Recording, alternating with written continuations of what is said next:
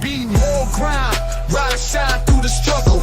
Black dollar circulate, flexing muscle. Politics and biz building walls like bricks. Motown soul rap mixed in the fix. Tiny cover spitting truth, microphone holder. Past the noise scene, watch growth in the folder. Black biz bright, spotlight in the dark. Hustling hard, lighting sparks in the park. BMOREnews, where we breaking glass ceilings. All black every day, income healing. Donnie Glover, flip the script. Let's go, Black Wall Street roadmap. Be more flow. Real talk, stock rise. Dreams ain't looking hollow. Blueprints, handshakes, enemies wallow. Baltimore kings, queens, crown on the throne.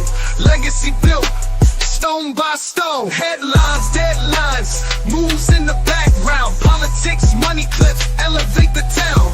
Black beard strategists, wealth can't be missed. Twist the plot, make the whole world twist. BMOREnews, success we inhaling. Victories, IRS, no detailing. Donnie Glover, rise to shine, let's glow. Focused on GDP is $23 trillion. 23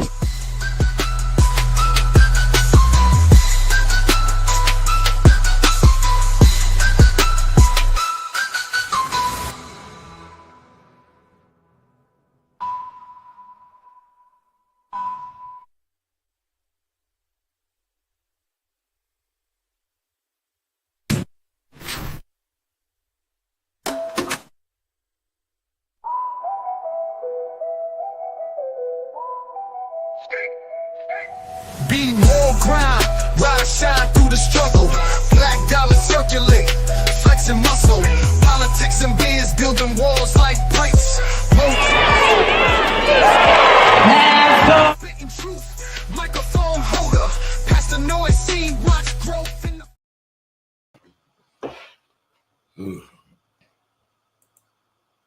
First name's Doni, last name's Glover. In it to win it for the long haul, baby. Good morning. How are you, sir? Good morning, Doni. All the way from the dirty. Two fat vegans. Corey Mathis, former BMOREnews videographer-turned-restaurateur. Yes, sir. How you been, partner? I've been good, man. You see, we've come a long way since '06. Yeah, man, I've been grinding. Been down there grinding. Getting to it. All right, so what is Two Fat Vegans? Two Fat Vegans is a vegan restaurant. New Orleans? In the French Quarters. New Orleans, in the French Quarters. 100% everything is 100% vegan. Even the condiments. We sell po' boys, pizzas, gumbo, you name it. If there's a meat version of it, we have a vegan version of it for the people who don't eat meat. You got crab cakes? I do. I have a sandwich called a Krabby Patty. It's a crab cake burger. It's really good. People request it all the time. Well, my number one seller is my hot sausage po' boy. The hot sausage is a famous New Orleans sandwich. You can get it at any corner store in New Orleans. I grew up eating it. I knew when I became vegan, if I don't have it, this vegan thing ain't gonna work. So I went in the lab and created one. The one I created is better than the original. And people, 85% of the people who come for it, they not vegan. And if any people in the city eat it, they'll tell you, hey, this is better than the original, you know? Yeah, man. You know, you can talk a cat off a fish truck. Hey, bro, I'm trying to tell you, look, not only do I say it, the Google reviews will tell you the same thing. The people love it, man. It's a good sandwich. I ain't gonna lie. It's really good. What made you open up a restaurant, Corey? Well, you know, when I was traveling around the country building Walmarts and Sprouts grocery stores, right? I developed an ulcer over my ankle. It started off like a little bitty pinhole, like the size of the tip of an ink pen, and it was hurting. So I was like, man, I don't know what happened. But at first I thought I got concrete or something in my boot, right? This concrete will burn you. It felt like it could be a burn, so I thought it was like a chemical burn or something. But it started deteriorating, like the skin started deteriorating, like actually putting a hole in my leg. And I had a small crew that I bring all around doing these remodels for Walmart and building Sprouts grocery stores. And it was a night shift thing. So I would have a team of 4 people, you know. I bring them with me. I had to get Airbnbs and make sure my whole team was there. And we'll be in the city for maybe about a week or 2 at the most, right? So I didn't really have time to take care of it, right? So, and it was small, then it started growing and growing, man. Before you know it, I had this thing, it was going on almost 2 years. I couldn't figure it out. I thought it was concrete burn, treated it like that, it never healed. Then I looked at it, I said, wait a minute, this is deteriorating, look like from the inside. So I said, man, this only thing I think do that is a spider. So I said, maybe a spider bit me. So I go to the doctor, and, hey, a spider bit me. And they just agreed with me, you know. And I treated it like that, but it still never healed. It still never healed. It just was like a hole in my leg. So one time I came home to New Orleans and talked to my mother. This was after going on about 2 years. I would just wrap it with gauze and work through the whole night. I was working night shift, fixing these stores, and when I get off, it's morning. I'm dead tired. I'll crash out, you know, go to sleep. So, like I say, almost 2 years dealing with it, and then I came home and my mother introduced me to Dr. Sabi. This was about 10 years ago, 10, 11 years ago, really. And he was saying that animal blood was corrupting my blood. Stop eating animals, start eating alkaline-based fruits and vegetables. And I did it. And the thing healed in less than 30 days.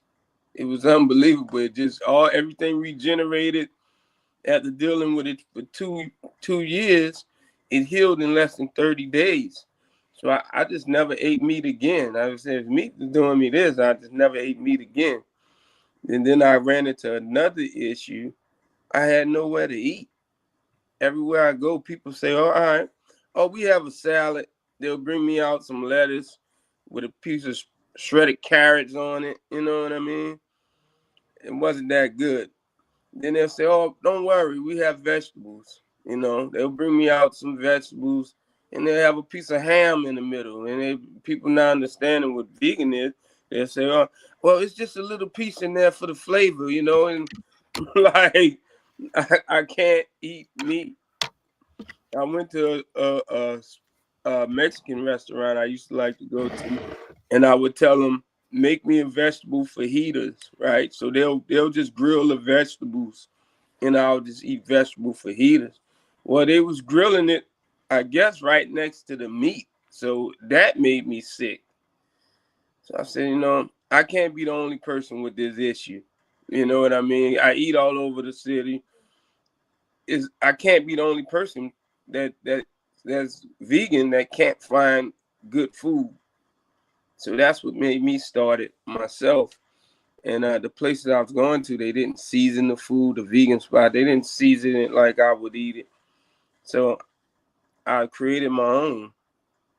And I knew if I make this hot sausage that the city is already crazy about, if I make a vegan version of it, they would come for it. And that's what I did. And it was successful. I mean, I made I love the sandwich so much. For one, I'm such a fan of the hot sausage sandwich. I tinkered with it till I had it to what I thought was what it should be, and the people agree with me now, so it became a big thing. All right, well, that's about half of the show. You done took it up telling that whole story. There you go. Princess there. What's up, Princess? Hi, good morning. Hi, how are you, Corey? Good morning. Good morning. How are you doing? I'm doing good. So this is like a BMOREnews reunion. It is. But I have to apologize to both of you who I love so much. I have to go off camera. I can hop back on in like maybe 20 minutes or so, but I gotta take care of the baby. I gotta go off camera for 20 minutes. I can hop back on. But for right now, I just wanted to hop on, show my face, express my love and gratitude. Oh my God. It's takeover. That's what you came to do, a takeover. No, I'm not gonna do a takeover. Oh my God, this is my first time seeing Corey in years. Right. I mean, how long has it been?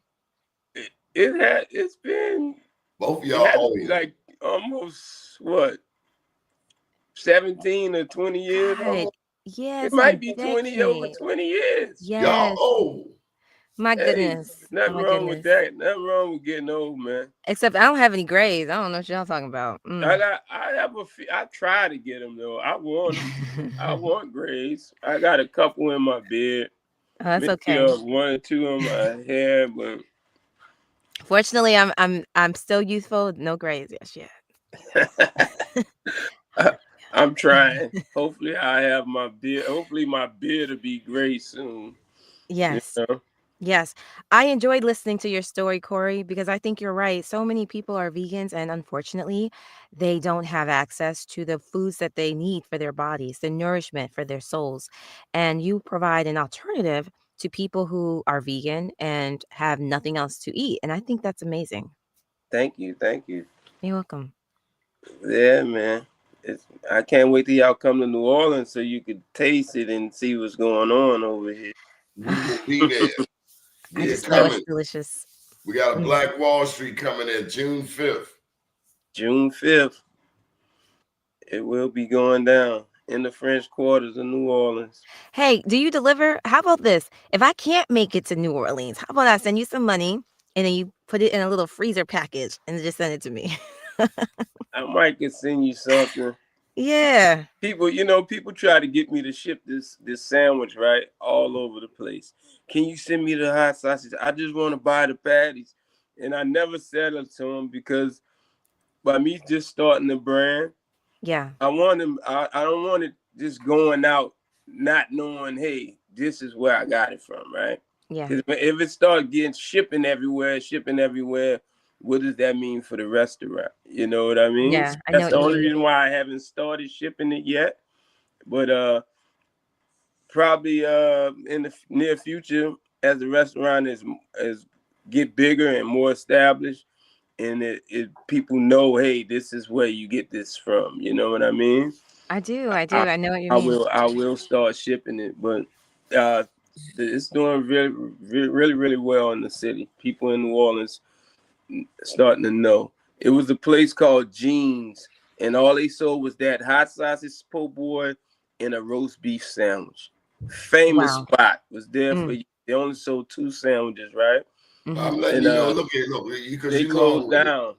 We coming in June 5th, and I want some gumbo, and I don't want no vegan version. Okay, I'm just letting you know. All right, Dwayne Brown, how you doing, man? Welcome to the show. I'll call in. Love you all. How's everybody doing? Doing good. How you doing, Dwayne? Big ups to Denise. We don't want no trouble with that lady. Tell her we don't want no smoke. Well, she knows state's attorneys and stuff. Tell her we don't want no smoke, Dwayne. I understand that. I totally understand that. How y'all doing this morning? We doing good. This is my partner here. He down in New Orleans. He used to live up here.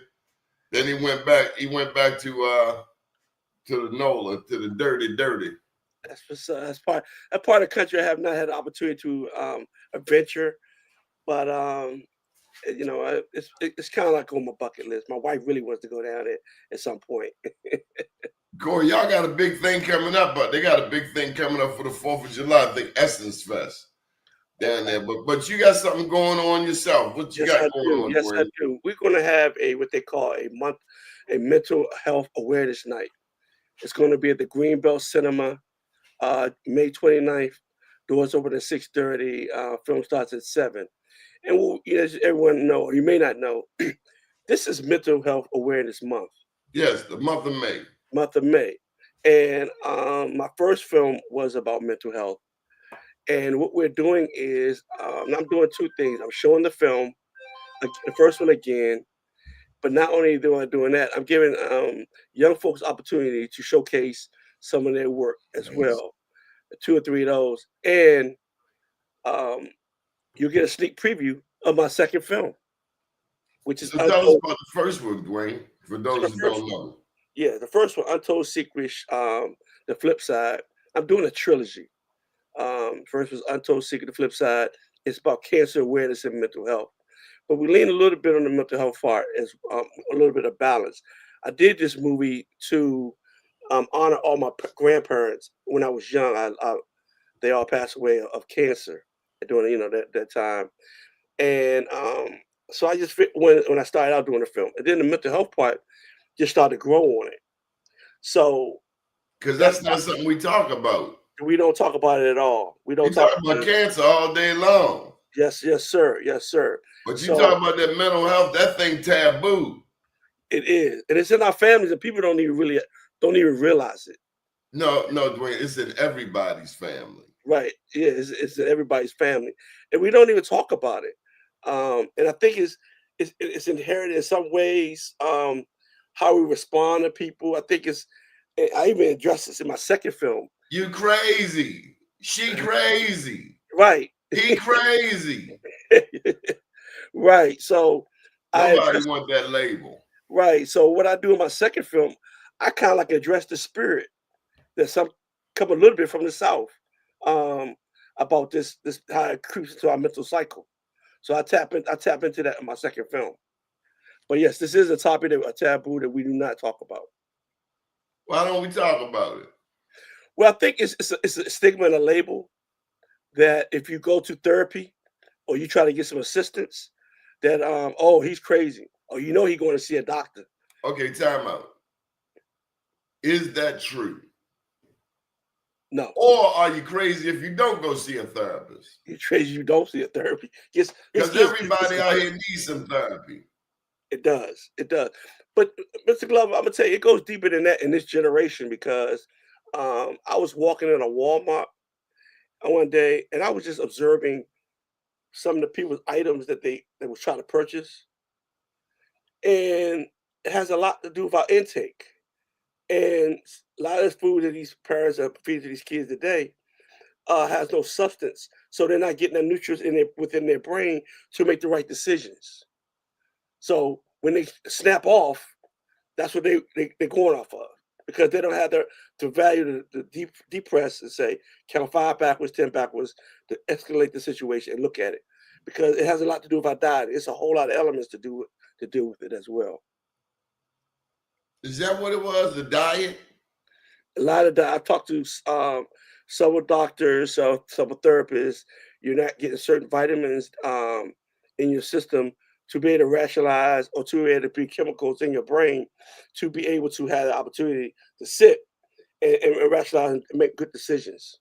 So it has a lot to do with it. Upbringing. I thought it was like a leather deficiency. Well, it has a lot to do with a whole lot of things. Your environment. You know what I mean by a leather deficiency? Well, you can elaborate more on that so the audience can understand. He's breaking up. When you grew up. Yes, sir.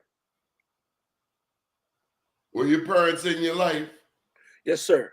Yes, sir. I was able to have both my parents in my life growing up. What a blessing. By the age of 7, if your father told you to do something, did you tend to do it? I had no choice. Because you didn't have a leather deficiency. Oh, okay. That's a new one. I gotta use that one. A leather deficiency. Somewhere between 0 and 7, you learn that if your daddy said, go over there and do something, you learned that if you didn't, you would have all the leather in the world. Yeah, you have a point there. That But is see, a very then folks come along with time out, Dwayne. Dwayne. Time out, Dwayne.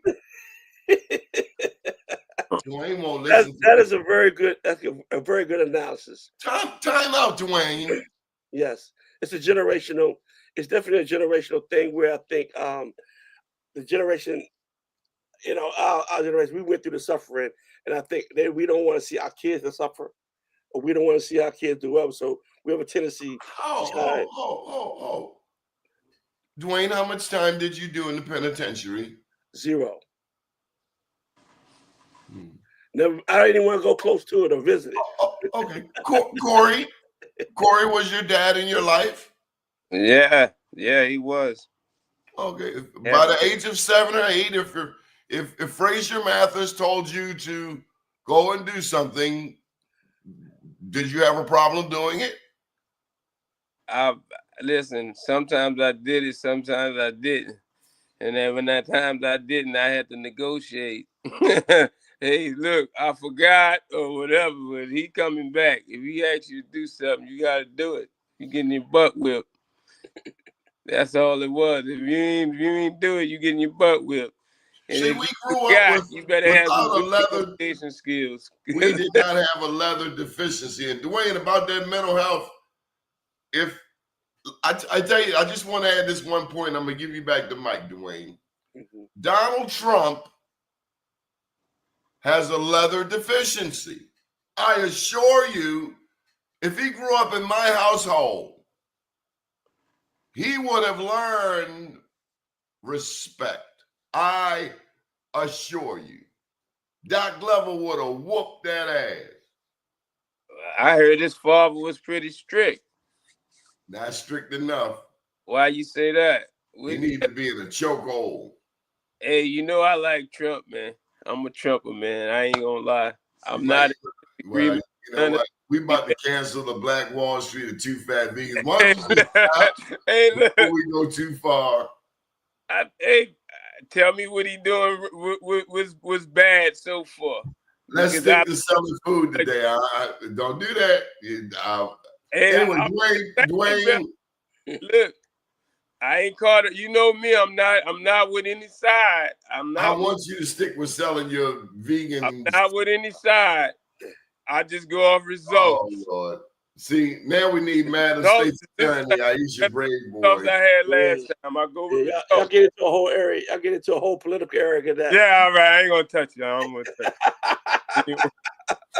And not only that, I'm living in the metropolitan area of Washington, D.C., where it's really been affected. So it's really emotional for a lot of people here. And I respect your opinion, but I will say, and a segue back to mental health, and a segue back to the mental health thing. This situation is going on is really affecting mental health in the Black community. Because people don't know if they're gonna lose their job or not. We got people walking in the office, don't know if they're gonna have a job. People are losing their careers, and it's really a mental cycle. Being here in the Washington metropolitan area, a lot of people, as you know, I live out in Prince George's County. 71,000 employees work for the federal government out of 900,000 people here in Prince George's County, and a lot of people have kids in college and doing things, and they walk in and your job is just taken away. So that's another thing why I'm having this program, mental health awareness, because in this area it's dealing with a lot of people mentally. So what was that percentage of people from Prince George's who work for the feds? From what I understand, is 771,000 employees approximately live in Prince George's County out of 990,000. Don't quote me on the whole number, but that's the last number that I. But almost 10% of the people there. Yes, sir.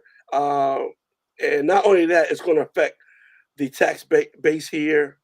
So it's going to affect a lot of things. And being Prince George's County is one of the richest historic African American counties in America, we're gonna have to revamp some things. So that's the reason why I'm putting this program out to, have mental health, talk about it, in different phases. And it wasn't something that was gradual. It happened immediately. So I mean, people can have their viewpoints politically, but I'm just saying, um, just people surviving. It's going to be it's a big change overnight. Dwayne, the last time y'all had something like that in gorgeous Prince George's was around '08 when y'all were leading the country damn near in the mortgage lending crisis. Correct. Right. Yeah, we went through that. We went through that as well. And '08 was coming out of the Bush era, and President Obama was trying to build out the banks, the auto district, and all those type of things. So we've seen it. We've seen it up and down. We were surviving it. We went through it. We was able to get back on top. And now I think this is a totally 180 because it's different between down with your home to them, opposed to losing your job. Your whole economical structure is being crushed. Well, let me ask this, Dwayne. Are Latinos invited to your session? Because everybody's invited. They were. Hold up, Dwayne. They were heavily talking about we're with Mr. Trump. We go, Mr. Trump. And then after Trump started, right? Yeah. Sitting in the Guantanamo Bay, they was talking about Mr. Trump lied to us. He lied to us. Well, I'm gonna steal a word from Spike Lee. They was bamboozled. They were definitely bamboozled. Malcolm X, they were run amok. Yeah, run amok. I could have told them that, but who am I? The black women said, "Don't come back over here asking us to support nothing. Don't even do it. This is not playing. Don't ask us to vote for nobody." Right, and not only that, they asked President Biden to help them out walking out the door. The Palestinians after they had voted for Trump, asked him, and Biden gave him the peace sign and kept it moving. Well, Biden was doing some hokey pokey because he set that girl Kamala up by taking his time getting out the race anyway. So the Democrats can't be but so mad because still you had that white male arrogance that didn't want to get out the way. So So that's the reason why we need programs. Come on, Corey. I ain't gonna cut you off. Hold up, Dwayne. We're gonna share the mic. I see you, Corey. Corey, go ahead, Corey. I was asking you, so did you think Kamala was a good candidate? The whole thing was a setup. She was late. She had a reputation for locking up people, and Biden ain't passed the ball. She never got elected. She got selected. And again, she lacked credibility in the black community. When you bring in Dougie Fresh to the vice presidential mansion to kind of earn some respect. Wait, what about Meg Thee Stallion and Cardi B? They're entertainers. Malcolm X says entertainers are not your leaders. Black vote. When you go in for the black vote, you bring somebody on the stage in a presidential ring. Oh, well, if you're talking about idiots, you have not found a bigger idiot than the one you got. You didn't feel disrespected by that? I know I did. I felt disrespect, but I feel even more disrespected by this man who is a traitor. See, you live down in New Orleans. When they climbed the walls of that Capitol, it took me back to '96 when 1 million black men convened in Washington, D.C., and there was no type of foolishness. So it goes right back to that leather deficiency. People was climbing. Oh, let me finish my point. When they climbed the walls of the Capitol, they showed they had no home training. That was a savage beast. And that should have been dealt with off the break. All of them, they should not only be locked up, they should be sent to El Salvador. I got a question for you, right? Thank you. So when you don't agree with the government, right, and you're in protest against the government, right, how far are you allowed to take it? And then when you add in the factor that they had FBI on the ground with them, okay, and we all know how PSYOPs work in other countries. They pulled a psyop move on us. They letting them in. They got video of them letting them in. They admitted how many was on the ground. Listen, you can't come and incite a riot and plant your people and get people pumped up and run in and then want to arrest all the people. Out of all the people who went to the jail, how many of those FBI agents went to jail? For what? None of them. For what? So you can't, if you know how psyops work in other countries, when they go and disrupt governments in other countries, this was like the exact same thing. If that's how you choose to look at it, you broke law, it should be locked up. But if you break the law, once you got the FBI down there with them, and they playing their role in amping the people up and moving forward. If you're not gonna lock them up, 5 people got killed that day. 5 people got killed that day because somebody didn't know what to say out their mouth. Got killed that day. That was irresponsible. One person got killed that day, and 5 people got killed that day. Died. 5 shot in the face, and she was with the rioters. Now they give responsibility. They try to say, well, these guys went and commit suicide, or these guys had a heart attack later the next day, and all of that, and they can. I thought you were selling vegan One person died on the ground that day, and that was the lady who was shot. We can agree to disagree. Dwayne, when is your event? We like for everybody to come out May 29th. Where? It's going to be at the Greenbelt Cinema in Greenbelt, Maryland. Doors open at 6:30. Movie starts at 7. We encourage everybody to come out. In these testing times, we're going to not only have a show film, we're going to have a panel discussion with experts. Oh, do we have the pastor with us? Pastor Gresham, where you at? We're going to need a preacher up in the house. Come on, Pastor. I'm going to defer to you because there's about to be some violence up on this show. Welcome to the show, Pastor. Hey, appreciate y'all. Thank you, sir. Thank you. What do you have happening, Pastor? You're in Prince George's too? I am. Prince George's County, Maryland, Upper Marlboro specifically. You know Donnell Long? Donnell Long, Pastor. Old Town Inn. That's what I'm shooting. Oh, you talking about? Oh, yeah. Oh, that's what I'm shooting my movie tomorrow. Down the street. Yeah, man, you tell Chef Donnell Long, BMOREnews.com sent the love, man. That man always come with the good food, man. Oh man, well he's the original man. Yeah, we're shooting our movie. We're shooting our movie there tomorrow. We're in production today. We start production today. We shooting 2 days at his restaurant. So you said today too? Yeah, yeah. Well, we should start shooting today. Oh wow. Okay. And we're gonna start. We shoot on Thursday and Saturday. What's the movie about? The movie is gonna be this, like I was telling you, it's a trilogy. The first one's called Untold Secret, The Flip Side, about mental health and cancer awareness. The second one is called Untold Secret, Shona. It's about a young lady who's dealing with schizophrenic and postpartum depression. So we're getting ready to finish up. We're getting ready to rush after this, go on the set. We're finishing up. We're shooting 4 straight days, finishing up. And we're going to drop the movie. Should drop. We're showing a trailer on the 29th at the event. But we're going to drop the full movie probably in October. Dwayne, does any of this touch them dippers? Because, we know down in gorgeous Prince George, back in my day, they called it Love Boat, but I think these days they call it dippers. Well, you know what? It's interesting you say that because we do touch base on that a little bit in the second film. That the fact that the matter is a lot of brothers and sisters during that era experimented in that area did never come back, and that's unfortunate. And it kind of messed up the dynamic. That involved embalming fluid, right? Yeah, and then it kind of messed up the dynamic of the family. So my daddy was the undertaker. They used to try to buy formaldehyde from him.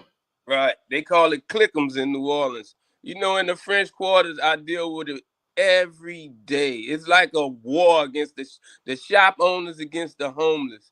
And most of the homeless, they schizophrenic. And they come in one day, they talking normal. In a few seconds, they talking to somebody who ain't there. Every day I deal with it.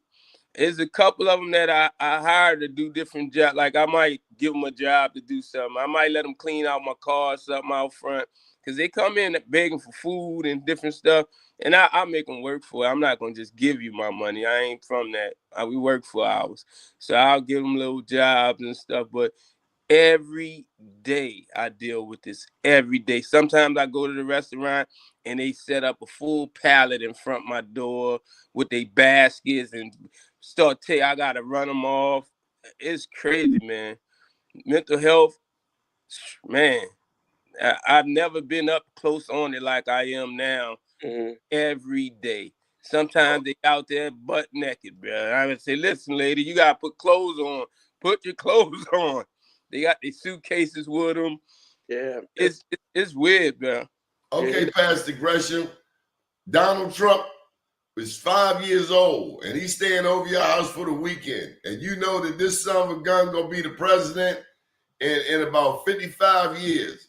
Do you put that leather on him or do you allow Donald Trump to continue to have a leather deficiency? Pastor Gresham. Yeah, I've heard your dissertation on leather deficiency, and I think we need to support anything that will get our people in a better place. And so I believe I'm gonna be politically correct here. And I want to say that we need to make sure that we are supporting the causes that really affect our people, man. And I know for a fact that we, regardless of where we stand with this, we all need to get together, regardless of where we stand. What would Jesus do? Exactly what I'm saying. He won't find ways to find left and right. He'll find ways for us to move together. That's what I truly believe. What you got coming up, Pastor? So what we have, man, is something unique for the Black community. Our church is shutting down its morning worship service. We're not having service on a Sunday, and we're doing all community service. I was going to say, this just like the anti-Marvin Sapp movement, ain't it? Yeah.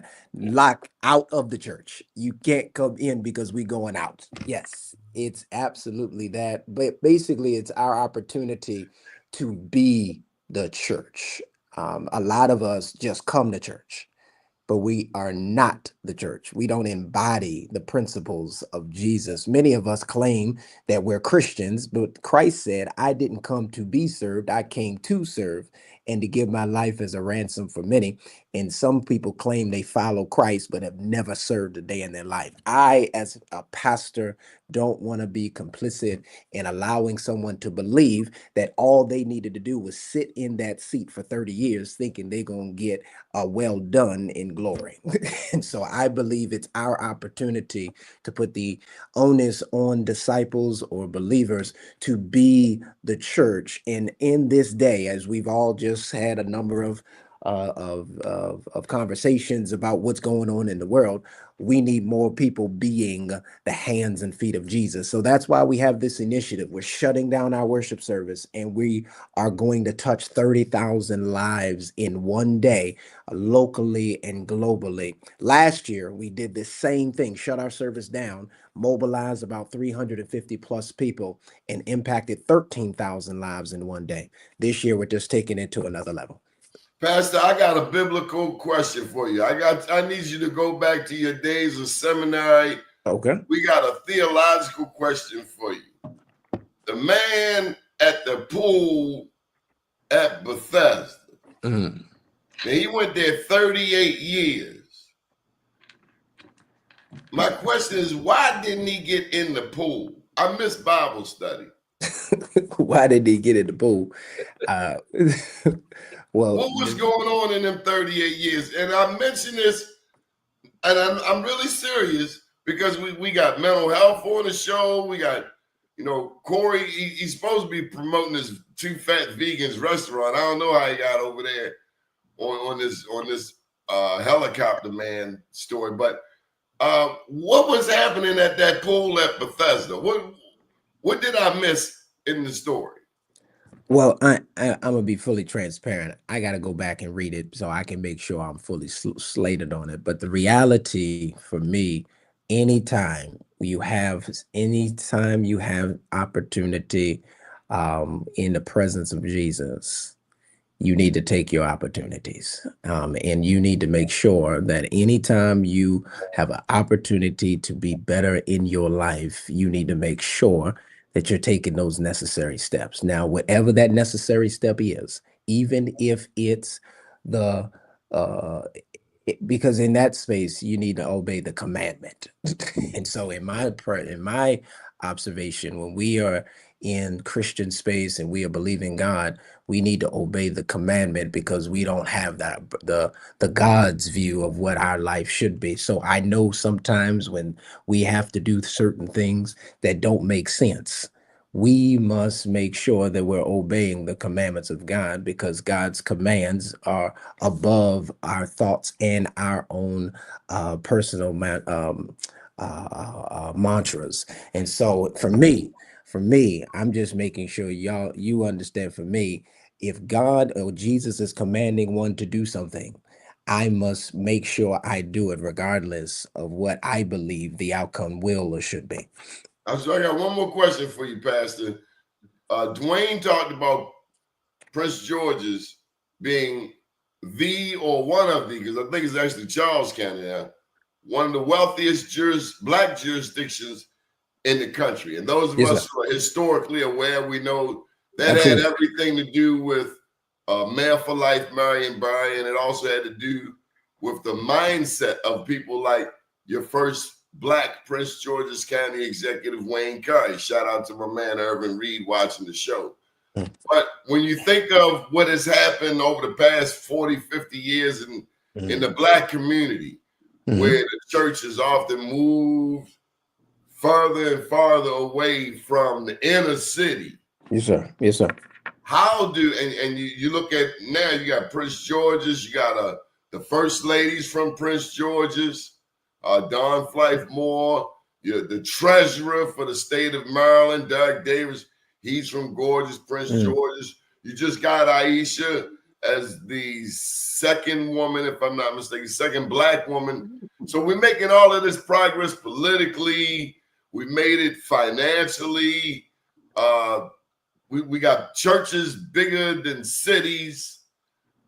Yet some churches are experiencing, especially with COVID, a decrease, and you insist on going back. So I'm just getting, how do we get back to the day when the Black politician, the Black business person, the Black community leader, the Black educator, where we were all more on the same page? Yeah, I mean, honestly, we have a pride issue in this world. And I believe sometimes it's not about us, it's about me. And truth, when you really, really dig into some of the issues, if you keep peeling, there's me in there. And so I ultimately believe that there needs to be an extreme measure of humility that is needed in this land, because we understand that there's a bigger fish to fry. I mean, there's a lot more work to be done that has nothing to do. That has nothing to do with sometimes my personal agenda, but an ultimate agenda for our people, and or the ultimate agenda for the spiritual people, for what God wants to do.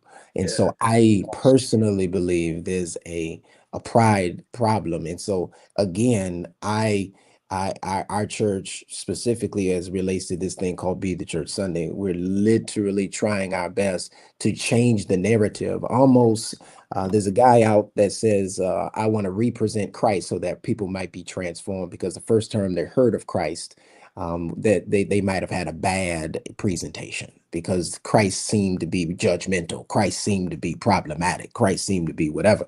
I think sometimes we need to represent the church, and the church has to have a better view in the nation and in the cities and in the world, because as you can see, churches used to have a standard where everybody came, specifically in the Black community, to use the church as their platform, and church used to lead so many different things that I'm not sure, as we're seeing now, that is always of value now. And so I People believe knew how to dress when they came to church, you know?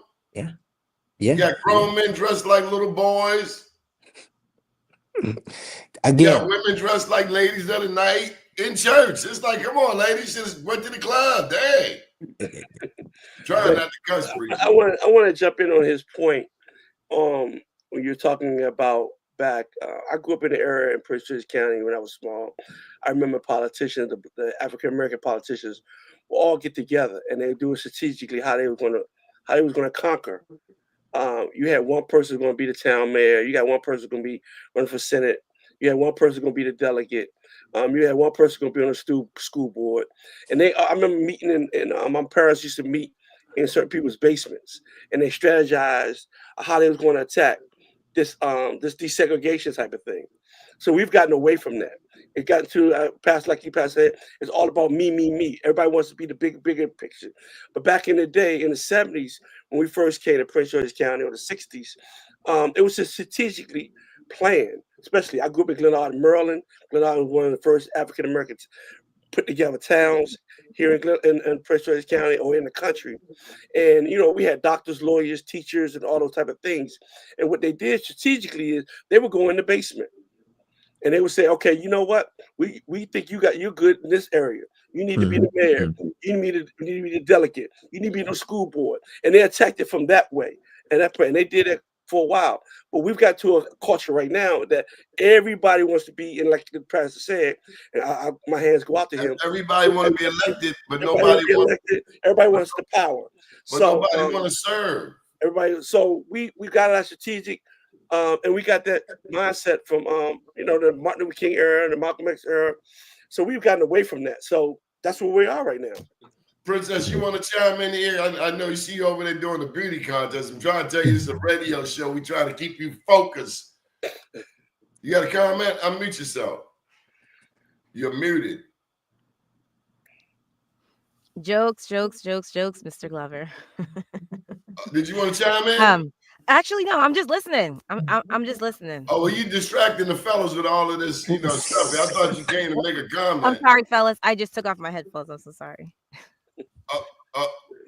Okay, all right. Well, so, Pastor, you want to promote an event? Yeah, so basically on May 18th, our church is shutting down its worship service to do 5 impact initiatives in this area. We're giving free gas to 300 families. We're giving free food for over 200 families. We're doing neighborhood block parties. We live in an area, as you all say, it's an affluent area. It's up in Marlboro. So everyone doesn't need groceries. Everyone doesn't need Pampers. I take some cans of tuna fish. You eat tuna fish, Pastor? I actually do, because I'm a Ritz cracker and tuna fish lover. So I saw a white girl on TikTok and she was making a Spam sandwich. When the last time we had a Spam? Oh, that's right, Corey, you vegan. Dwayne, you know anything about Spam? I mean, I ain't ate it in years, but if things get tight, I will fry that joint. You usually cut it up and fry it and put it with peas. Put it with peas and eat like that. Yes, to answer your question. Yes. Oh, I mean to discuss our vegans on the line. Okay. Yeah. So, Pastor, what's your church? What's in the church? You know what I mean? Okay. The way people cook up north and then from down south. So some of those things we don't eat, but I've lived in both places and I enjoy good food in both places. But there's a difference in the way people cook up north and the way they cook down south. It's true. Have you ever eaten the chitterling, man? Have you ever had a chitterling? Chitlins. I never was a fan of that kind of stuff. I couldn't stomach it even when I ate meat. I didn't eat chitlins. I don't eat pig feet. No feet. No. You ever had pig feet, Pastor Gresham? I've never. I'm pig lips. I remember when I was in school, the girls used to buy pickled pig lips. It's a big chunk of a real pig lip, and they'll just throw it in a bag of potato chips, and you see them chewing it. Oh man, I couldn't take it. They still do. Pastor Gresham, I had a guy tell me about mourning Muslims over the jail. You know what a mourning Muslim is? No. They don't eat pork at night, but they eat a ham sandwich early in the morning. Okay, praise the Lord. To each their own. Do your thing. Dwayne, let's plug your event before we get up out of here. Yes, I'm inviting everyone to come out May 29th. Doors open to come to. We're having a mental health awareness night at the Greenbelt Cinema in Greenbelt, Maryland. We're going to show my film. It's about mental health. It's called Untold Secret: The Flip Side. And we're showing other short films of students. I'm giving them opportunities from Howard University and others to show theirs. But we're going to also have a sneak preview of my next film when I'm getting ready to rush to get back on the set for. It's called Untold Secret Shona. It's about a young lady who's dealing with schizophrenic and postpartum depression. And the name of my production company is We Got Our 40 Acres. And my shirt. And the reason why I named that because my grandparents in the South, my grandmother's grandfather gave her and her sisters and brothers each 40 acres apiece. Where? Passed down in Emporia, Virginia, right on the Virginia and North Carolina line. He was passed down from my dad, and they were sliced up because he had 10 brothers and sisters. So I got my 4.2. But this is honor to my ancestors. But come on out May 29th at 6:30 at the Greenbelt Cinema. It's called Mental Health Awareness Night. Every ticket's only $15. Come on out. We're gonna have a panel discussion after the film, and it'll be a Q&A, and we get our mental health information in the lobby. Bess, I got a question for you. Does your church do you ever talk about us looking up our ancestry? Is that ever a topic in your church? Not, I just started serving there about a year ago. Not as of yet, no, but it's important. Is it important to you and your family, like knowing who your grandfather was, your great-grandfather? See, this guy being this Trump supporter, his daddy is actually a good guy. His daddy took me to Africa back in 2006. I don't know what happened to them since. They must have been down there in Jonestown somewhere. But 95th birthday coming up. They're gonna do a party on July the 4th, 95th birthday, and he walked, talked, drive, got a girlfriend, all that stuff, man. He ain't going nowhere. Who is this? They talking to me, talking all kind of junk to me about what you doing? You come over here, supposed to do this and that, man. Look, 95. Who are you talking about? My daddy's daddy. Your grandfather? He's still in Africa? No, my grandfather was here. He been to Africa once. He said he ain't riding that plane no longer. But my mother father, he was in Africa. He was a professor at Amadou Bello University in Nigeria. And when he retired into Morocco. But he's passed since. Dwayne, I just want to throw this in there. I got a friend that just got back from Kenya. He said that they are shooting embalming fluid in Kenya. IV. It's crazy. That's mental. That's real mental. They doing all that. That's taking it to a whole nother level. He said he from Baltimore. He said he done seen heroin addicts, coke addicts, crack addicts. He said in Kenya they are using hypodermic needles to shoot embalming fluid into their blood.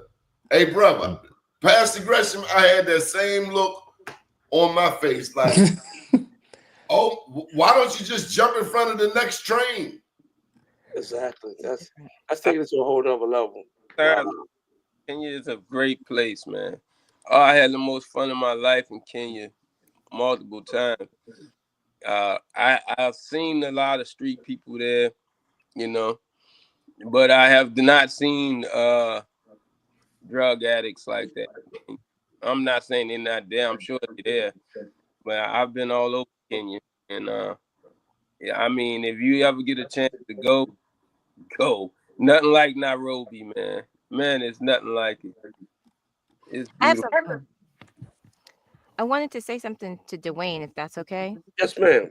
Okay, so Dwayne, I had an opportunity to check out your website. Yes, ma'am. And it's we got our 40 acres, but it's a 40. Yes. Instead of the 40 spelled out. Right. And I just want to applaud you because I think you are definitely doing something different in the entertainment atmosphere. Thank you. Where you're combining real life experiences centered around the subject of, yes, mental health, but other topics too, because you cater to the motion pictures, television productions, and digital media content. But I want to applaud you because that's a tough topic and subject to explore. And I too work in the entertainment sphere, but what you're doing is definitely groundbreaking. So You know, I thank you for that. You're definitely able to connect with people on the real level and change lives. Thank you, thank you. And we're doing a trilogy. And for those you know, a trilogy is like each film has a beginning title. First one's Untold Secret. The flip side, the second one's Untold Secret Shona, and the third one's going to be already written. It's going to be Untold Secret Dysfunction. This is about a family in the '70s who had a mother who had dementia who wandered off. So imagine in the '70s, she wanders off. We didn't have communication. We didn't have cell phones back then. So that's gonna be the third. So I'm doing a trilogy of this topic. Do you find it hard? Do you find it hard to, in terms of creating the content, to cast your projects, or is casting easy? It's the other side where you're doing the writing that's most challenging. What would you say is the most difficult side of the work you do? I've been blessed. I've been blessed where I've had good actors. The young lady is working right now. Her name is Bobby Walston, who's doing this part of playing Shona. Um, she just fell in my lap. My DP, Devon Jackson, she had worked on his film, and I was casting. He said, "You might want to try Bobby out." And what I did was when I showed the first movie in the theaters, was sold out. I created a trailer to keep the buzz going to bring people back to the second one. So we cast her, we shot the trailer, and showed it the second one. People was like, "What happened?" So I've been blessed in that area. For the third one, I'm definitely looking. This could be a good topic. I could need to really take my time because we're dealing with someone, and like I said, it's gonna be in the '70s background of a mother who wanders off and dealing with dementia in the family itself. All right, I got to steal this show back because, Pastor, I know you ain't used to not being in the driver's seat. Can you take us? Can you give your final thoughts? And of course, we're gonna be down in New Orleans June 5th at Two Fat Vegans, and we might even take him a job pig knuckles down there just for giggles. But Pastor, you want to bless us? Plug your event one more time, and can you take us out in prayer? Sure. May 18th, between 10 and about 2, we'll have people getting free gas, people getting free food. We're doing neighborhood block parties. And if people want to serve, you can come serve with us. It's going to be a dynamic day where we're blessing 30,000 lives on a Sunday morning, where people are sometimes not even getting out of the bed right. But then when they see people of a church serving, that's going to be unique. And so I'm thankful. We also going to have employee Prince George's there because we know people are in very much need of jobs. And so we'll have that as a resource, because if you need food, you need gas, you might have lost your job potentially. And so we'll have that as an available resource as well. So What it'll be church? it's called Greater St. John Cathedral. It's right there on the same street as OTI. OTI is on Main Street, but it's literally the opposite direction headed into DC on Old Marlboro Pike past the Amish market. So, pardon my ignorance. Is that a Catholic church? No, it's not. It's a Why they Baptist call it a church. cathedral? Because there's the cathedra is the seat of a bishop. So we have a bishop. I serve as the executive pastor, and the executive pastor is just underneath the senior pastor, who serves as also a bishop of the church. So the bishop of the church is how you can get your cathedral tag, if you will. So, Are you Pastor, Baptist, can I non-denominational? interject? It's Can I interject? non-denominational. Pastor, I screened my film at your church. Oh, really? Yes, yeah. Lynn, you know Lynn? Lynn Boogie, Yeah, she brought it there. I screened I did a sample About about 10 years ago. About 10 no, years ago. about 2-3 years ago. We came. It was on like a Wednesday or Thursday night. Okay. Yeah, and I screened it at your church. I know about St. Yeah. James. Yes, I know Yeah. exactly what St. James. Yeah. Yes. St. John, Greater St. John. St. John. St. John. Yes, Yeah. I do. Yeah, Lynn Boogie. Yeah. Brought Did us you there. say Lynn Boogie? Yes. Yeah. She used to do radio. Yes, So that you was radio. yeah. Oh, okay. Because I was like, I know I hear Boogie up in there. Okay, and Pastor, she was the producer on the first film. So there's So a you got connect. your own Al Boogie down there. We do. Yes. But I'll pray out if that's what you want me to do, sir. I'm appreciative of the time. Lord, we thank you for this day. Thank you for what you've done and always are doing. Thank you for the brothers and the sister that's on the line, but we are so much more needing of you to do the work that you've allowed us and have set for our hands to do. So God, allow your spirit to lead, guide, and protect all the vision that we have inside of us so that we might do things according to your will and your way. God, we love you. We praise you and thank you in Jesus' name. Amen. Amen. Amen. All right. All Any right. final thoughts, anybody? Corey, Yeah, man. Like you said, plug your Black restaurant. Orleans, Two Fat Vegans. When you're ever in New Orleans in that French Quarter, stop by. Why you call it Two Fat Vegans? Two Fat Vegans, because it's inclusive. And you don't want to be one. If I can't be one fat vegan, then the rest of the people don't feel included. So I call it Two Fat Vegans. Let you know it's more than one of us out there. And if you one, you're welcome to join us. You know what I mean? You down in the French Quarter. We be there June 5th with the Black Wall Street Awards. Princess, any final thoughts? Thank you for having me. If you need a voiceover, check out my website, princesswevoiceover.com, www.princesswevoiceover.com. Okay. Awesome. Awesome. Thank you, everybody. All right. Thank you, Thank sir. you, Thank everyone. y'all. Thank you for the opportunity. Thank you for Thank you having me. opportunity. All right. Good morning, world. Bye, Corey. Hey, Woo, woo, woo, woo, woo.